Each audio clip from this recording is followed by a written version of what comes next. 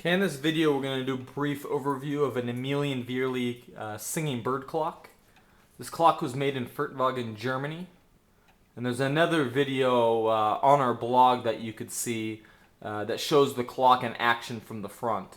But the main purpose of this video is just to do a brief overview of how the movement works and how Emilian Wehrle was able to reproduce the call of the bird and also the automation. The movement in this clock is a very large, robust brass plate movement. This movement is 8-day time strike and also does the bird song and automation. So it's a complex movement. And how it works is quite simple. It works very similar to the trumpeters, where it has a very large double pumping bellow system located on the top of the movement. And the movement has two arms that extend up that pump these bellows. And that generates the necessary airflow to run the music.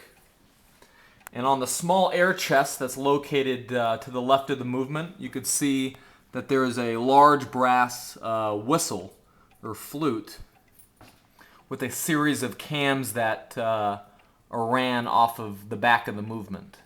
So as the movement activates, that cam wheel, which is precisely cut, turns, and the levers that ride the cam wheel do two things. It both opens and closes the valve in the air chest, and that releases the air through the bellow system. That starts and stops the notes. And then it also, the other cam wheel, it's a double cut cam wheel front and back. So you can see from the side, there's actually two cam wheels, one in front of the other.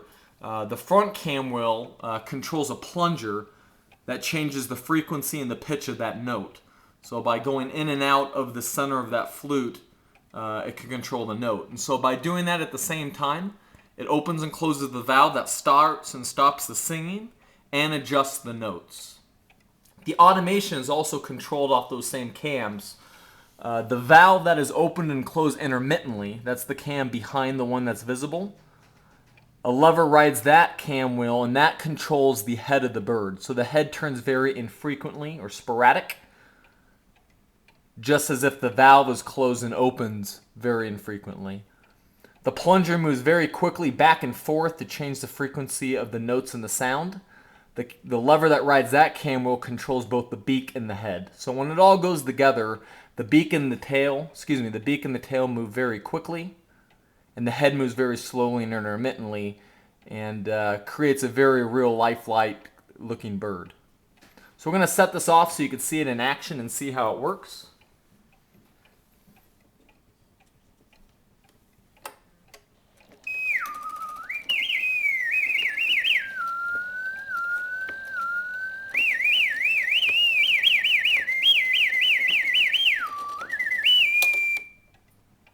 Okay, and you can see the sound is reproduced right there off the cam wheel. And then going off the same lever to the front of the movement, that's what controls the bird automation. And the bird is located, you see there on the top of the clock. Spin this thing around.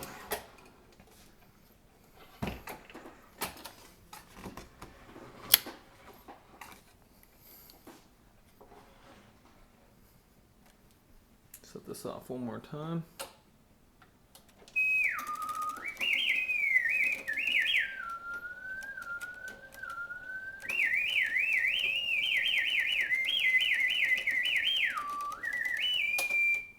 So you see you have a very slow head turning. That's ran off the cam that opens and closes the valve.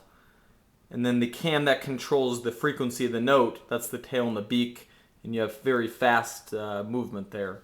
So that's a basic overview of a singing bird clock by Emilian Wehrle. You can see it there on the counter to kind of give you an idea of the size. It's a very large clock. It's about 30 inches in height. And hopefully that gives you an idea of exactly how this thing works.